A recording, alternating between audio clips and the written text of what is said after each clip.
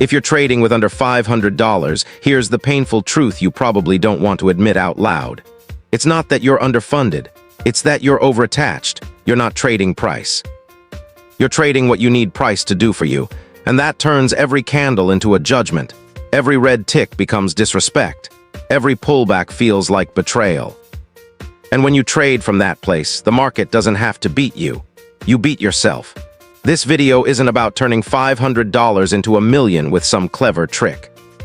It's about something far more uncomfortable.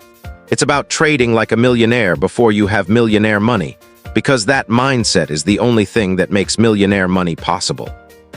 And if you can't do it with $500, you won't do it with $50,000. You'll just lose faster. Let's start with the big idea. Trading like a millionaire doesn't mean trading big, it means trading clean. It means you don't need the next trade to work. You need the next trade to be executed correctly, because professionals don't live and die on one trade. They live inside a process. And the process is designed to survive long enough for the edge to show itself. Most traders fail mentally before they ever fail technically, not because they're stupid. Because the market pokes every psychological wound you have. Fear, greed, impatience, ego, the need to be right, the need to feel smart. The need to feel in control, the need to get back to even. And the smaller your account is, the louder those needs get, because you're trying to force significance out of small numbers. That's why so many small accounts turn into chaos. Not because the trader lacks information, because the trader lacks emotional structure. Let me show you what I mean with a comparison. Trader A has $350, Trader B has $3.5 million. Trader A sits down at the screen with one thought in the background. I have to make this work. Trader A scans constantly, switches timeframes, looks for confirmation, looks for something, anything to happen. Trader A feels the weight of time, the weight of being behind, the weight of I need a win. Trader B sits down and checks a routine, levels, volatility, risk, market conditions, then waits. Trader A feels like not trading is failure. Trader B knows not trading is often the highest form of discipline. Trader A looks at the market and asks, how do I make money today? Trader B looks at the market and asks, is my edge present and is the risk worth it? One is chasing dopamine, the other is protecting capital. That difference has nothing to do with account size. It's identity, and here's the part that will sting, but you need it. A small account is not the excuse to be aggressive. A small account is the reason you must be disciplined. Because if you're under $500 and you're risking like you're under pressure, you're not trading. You're trying to skip the part where you become the kind of person who deserves scale. The market doesn't reward urgency, it punishes it. It punishes impatience. It punishes ego. It punishes the need for certainty. So if you want millionaire behavior, you have to become the kind of trader who can operate inside uncertainty without flinching. Now let's name the real enemy, emotional over-leverage. You can have a tiny position size and still be emotionally over-leveraged. How? Because you're using the trade to regulate your emotions. You take a trade to feel hope. You hold a trade to feel control. You exit a trade to feel relief. You revenge trade to feel power again. And in that state, you don't have a strategy, you have a coping mechanism. That's why fear and greed are not problems you solve once. They are forces you learn to manage forever. Fear shows up as hesitation, late entries, early exits, and refusing to take valid setups because you want certainty. But certainty is expensive. By the time you feel certain, the market has already moved. So fear makes you buy high, sell low, and call it being careful. Greed shows up as oversizing after a win, holding beyond your plan, turning a clean trade into a dream trade. And then watching a winner turn into nothing, because you couldn't take the money like a professional. Impatience shows up as the most common disease in retail trading, overtrading. Not because you have that many A-plus setups, because you can't tolerate waiting, because stillness makes you feel powerless. And the market knows it. It doesn't need to trick you with manipulation. It simply presents motion, and your brain, wired for stimulus, jumps. Revenge trading is what happens when a loss becomes personal. It's not, I lost money. It's, the market did this to me. So you try to get it back immediately, not because the setup is there, but because your ego is bleeding. Emotional burnout comes from living in that cycle. Screen time, tension, hope, panic, relief. Repeat, and then your decision-making erodes. You get sloppy. You start doing things you swore you'd never do, and then you wonder why you feel exhausted even when you didn't trade that much. Because your nervous system was trading even when your account was. That's the truth. Now I want you to adopt a metaphor that will change how you trade forever if you actually take it seriously. The casino doesn't need to win every hand. The casino doesn't need to predict the next card.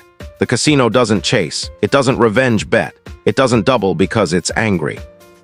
It knows the math. It knows the edge. And it knows the only job is to stay in the game long enough for that edge to express itself.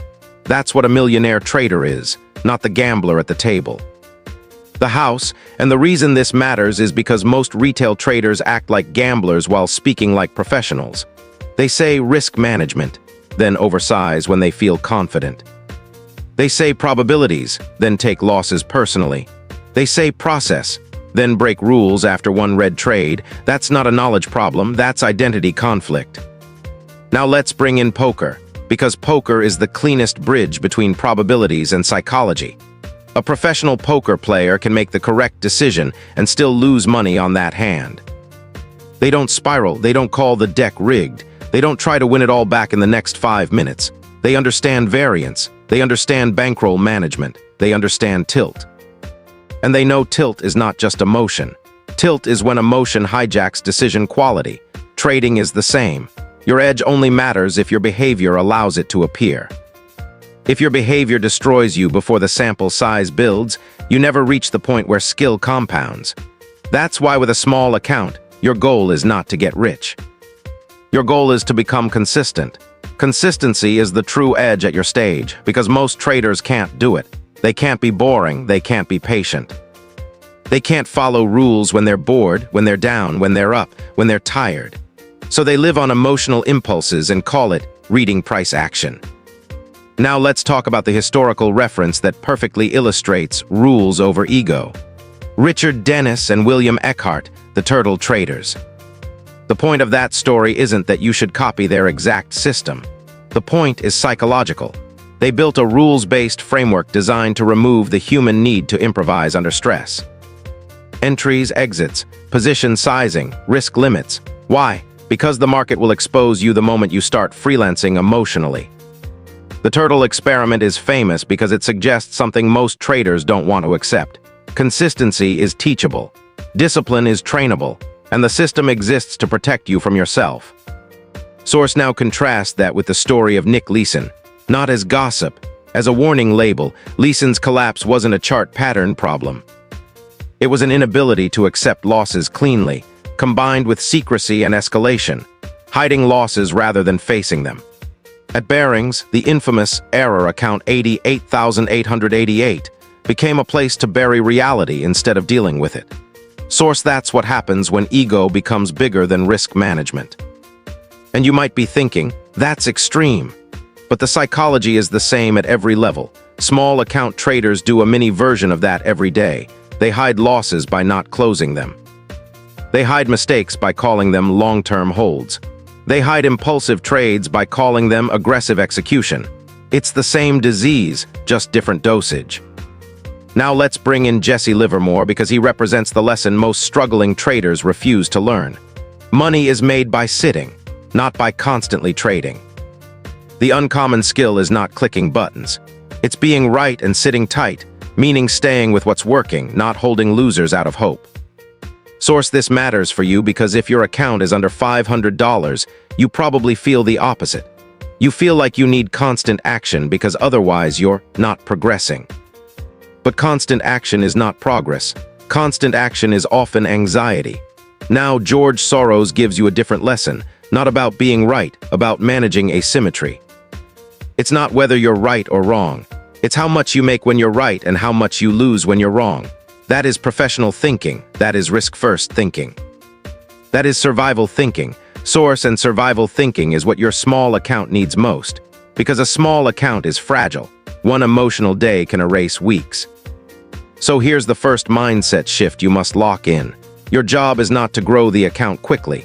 Your job is to not die, because if you survive, you can iterate. If you can iterate, you can build skill. If you build skill, you can scale. But if you blow up financially or psychologically, you reset.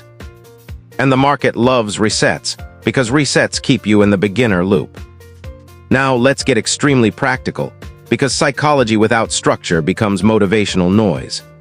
If you want to trade like a millionaire with under $500, you must trade small enough that your nervous system stays online. If your heart rate spikes on entry, your size is too big. If you're staring at the P&L every second, your size is too big. If you can't place the stop where it belongs because it would cost too much, your size is too big. A professional chooses size so that they can think, because thinking is the edge. And most traders lose the ability to think the moment they enter. They become emotional. They become reactive. They start managing the trade based on fear, or greed, or ego. That's not trade management, that's emotional management.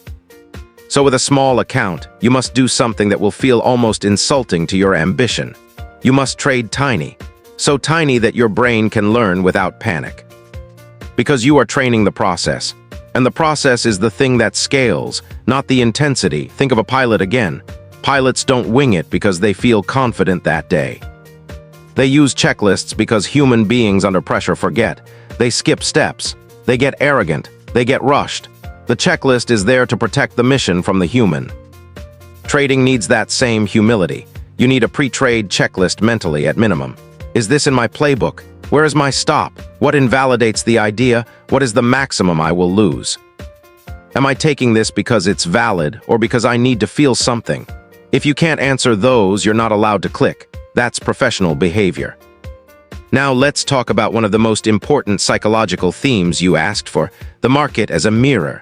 The market doesn't reward desire, it rewards discipline.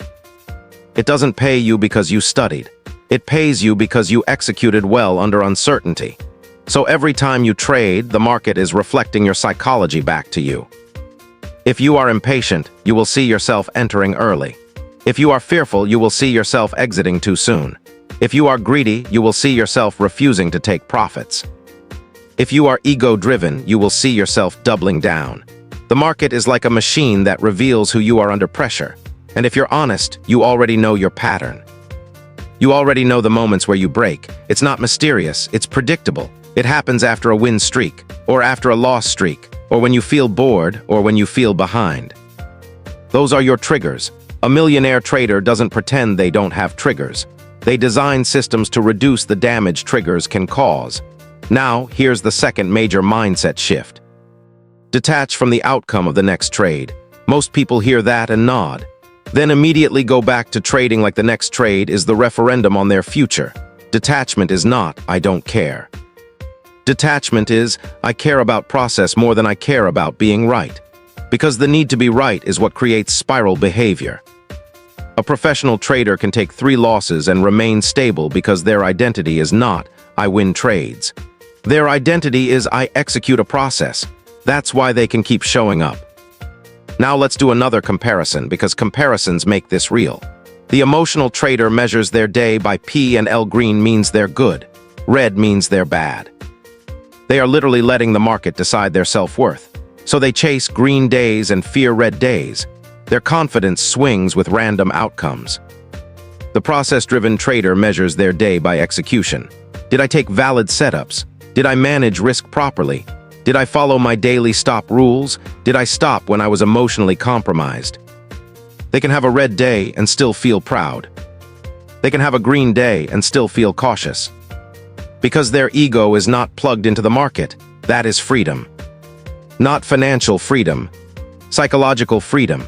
And ironically, psychological freedom is what creates financial freedom in trading. Now let's bring in athletes, boxers, soldiers, because the principles are identical. An athlete trains fundamentals until they hold under pressure. A boxer learns not to swing wildly when hit. A soldier learns discipline under stress because emotional reaction gets people killed. Trading is not life and death, but your account is the casualty when you treat stress like a reason to improvise. Your rules are your fundamentals. Your risk limits are your safety gear. Your routine is your discipline, and your ability to stop is your maturity. Now you might be thinking, okay, but how do I actually grow a $500 account if I'm trading tiny? Here's the honest answer. You grow it slowly. Or you don't grow it at all for a while and you grow yourself instead. Because at $500, the main profit you should be extracting is skill. Skill compounds harder than money at this stage. If you build a disciplined process that produces even small, consistent returns, you can add capital later. But if you build a chaotic gambling identity, adding capital only speeds up your destruction. So your goal is not to turn $500 into $1 million. Your goal is to become the kind of trader who could responsibly handle bigger money without changing your personality. That's the real millionaire target. Now let's talk about the psychological trap of small accounts. Making it meaningful. You want the gains to matter, so you oversize, because $5 profit feels pointless. And $50 profit feels like progress. But the market doesn't care what feels meaningful to you. If $50 profit requires you to risk emotional collapse, it's not progress. It's a loan from the future and the market will collect it with interest. This is why so many traders have the same story. They have one great day, then they give it back. Then they chase harder. Then they spiral, because their sizing is not based on process. It's based on meaning. And meaning is emotional. Professionals don't size based on meaning. They size based on survival and expected value. That's what casinos do. A casino's edge can be small, but it's consistent, and they protect bankroll long enough for it to express. That's why the house always wins over time. Source, your job is to build that same dynamic in your own trading, not by trying to be perfect, but by building rules that keep you alive. Now here's the third major mindset shift: discipline over intelligence. Most traders want to believe trading is about being smart. And yes, you need competence. But intelligence without discipline is just creative self-destruction. It gives you better excuses, better narratives, better rationalizations. You can be smart and still revenge trade. You can be smart and still overtrade. You can be smart and still move stops. And the market does not pay you for intelligence. It pays you for controlled behavior. That's why, again, the turtle framework matters as a lesson. Rules-based execution under uncertainty. Source. Now, let's talk about the fourth mindset shift: patience over constant action. This is where your nervous system will fight you, because waiting feels like doing nothing, and doing nothing feels like falling behind. But the market is not a job where activity equals productivity. The market is a job where overactivity equals mistakes. You are not paid to trade. You are paid to wait for moments where your edge exists and execute with discipline. That's why Livermore's sitting lesson lives on as a psychological truth. Source. Now, let's bring it all together with one final identity shift: gambler to professional. A gambler trades to feel something. A gambler trades to escape something. A gambler trades to prove something. A professional trades to execute. A professional trades to express an edge over time. A professional is not emotionally attached to being right. A professional is attached to obeying risk. A gambler asks, "How much can I make?" A professional asks, "How much can I lose if I'm wrong?" And that's why Sorrow's risk asymmetry principle matters so much here. Source. Because once you accept that the business is not about being right, but about not losing big when wrong, your entire nervous system relaxes. You stop needing perfection. You stop needing to prove. You stop needing the next trade to save you, and you start acting like the house. Now I'll leave you with a calm but serious question, and I want you to answer it honestly, not in your head as a fantasy, but in your behavior. When you click buy or sell, are you executing a plan? Or are you negotiating with your emotions? Because the market will pay the first person, and it will drain the second person. If you want to trade like a millionaire with under $500, stop trying to get rich off the account. Use the account to get rich in discipline. Use it to build self-trust. Use it to become consistent. And when you finally scale, whether through adding capital, profits, or time, you won't be a gambler holding bigger money. You'll be a professional holding professional size.